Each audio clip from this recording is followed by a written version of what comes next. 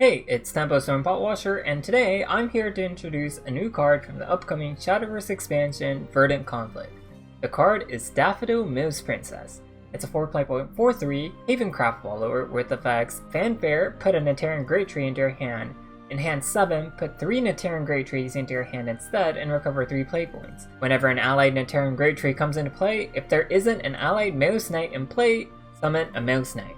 On Evolve, it gains the ability Strike to recover 1 play point. Meus Knight is a 1 play point 1/1 with the effects Storm, Ward, and whenever an allied Neteran Great Tree comes into play, gain +1/+1. Honestly, Daffodil and Meus Knight are not very impressive when played for 4 costs.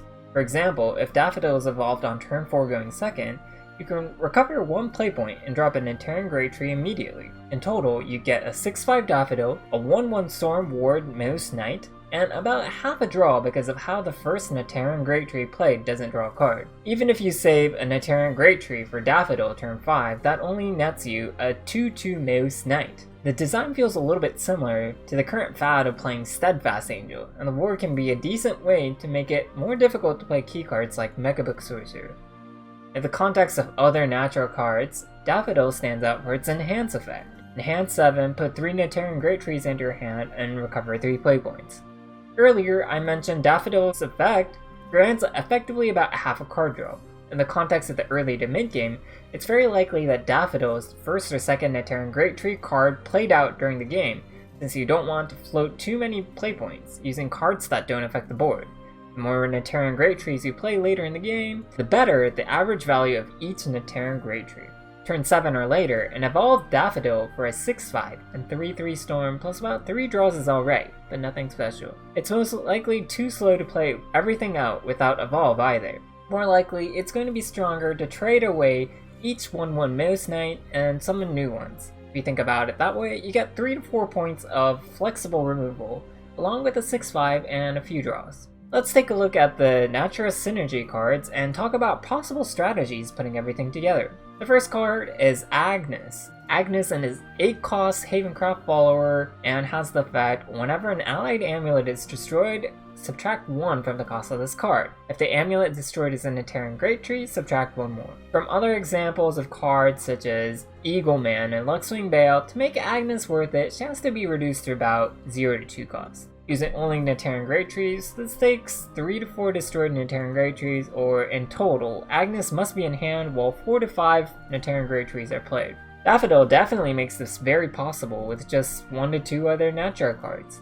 However, one large issue is the cost of Neteran Great Tree. Other cost-reducing cards were worth it at around 0 to 2 when the cost of the card went down naturally while playing other decent cards, but Neteran Great Tree is a 1-cost amulet doesn't affect the board by itself. Another point is that both Eagleman and Luxglaive Bale have their cost reduced down to 0 to 2 around turns 5 to 6. This isn't really feasible for Agnes. Even if you have a lot of Neteran Great Trees, if you're losing the board in order to reduce the cost of Agnes, it's not worth it. Featherfolk Punisher is the only Neteran Great Tree synergy card revealed thus far in Haven or Neutral that has an effect that interacts with the board. I know I might sound like a broken record, but that's really important. Featherfolk Punisher only deals 1 damage to a random enemy follower for each Neteran Great Tree that comes into play. This means it'll be very awkward to clear followers with even 2 or 3 health. If you compare the board clear ability to Magitek Golem, Featherfolk Punisher is obviously extremely mediocre. Not only is it easier to have Machina cards, compared to Neteran Great Trees, Mechabook Sorcerer makes every Machina card cost 1 less. As for the damage effect, it'd be strong enough to possibly build an entire archetype around it if it were 2 damage. But 1 damage for every amulet played feels like a small bonus rather than something really impactful. It's debatable whether or not Featherfolk Punisher should even be included in the Natura Synergy deck compared to something like Kel Holy Bowman.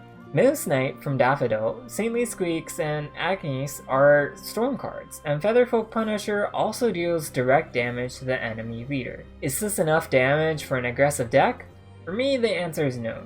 Since Natura doesn't have any natural ways of controlling the board, an aggressive archetype can't expect to deal much damage from the board compared to a deck like Machina Rune. I think the strongest way to go about it is to hold Neteran Great Trees until turn 7 or 8, and play them out alongside either of Daffodil or Featherfolk Punisher. This gives you a lot of time to draw into your Agnes Hollow Feathers, either right afterwards or on the next turn. Agnes possibly combined with Craving Splendor could do a good amount of damage, but I don't think these pieces are collectively strong enough to warrant a new archetype.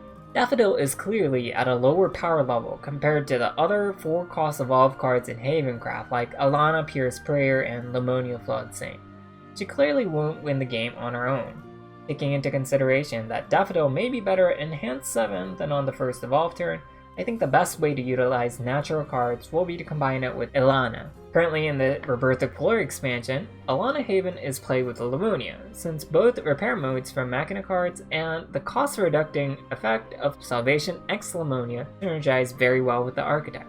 Bits and pieces of Natura, such as the neutral 2-cost healing spell Traveler's Respite, Agnes, and Saintly Squeaks, have synergy with Ilana and could definitely be very strong, but in my opinion, it's not going to be worth it to run every natural synergy card, including Featherfolk Punisher and Desert Pathfinder, over what's currently played in the deck.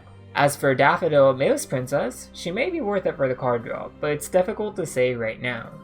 Overall, Daffodil has a lot of potential value with its enhance effect, and the new natural synergies will definitely be something to look out for in Verdant Conflict.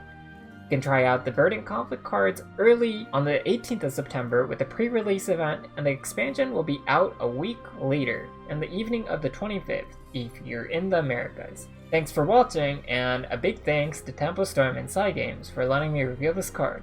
You can follow me on Twitter at Potwashers or watch my stream at twitch.tv/Potwasher.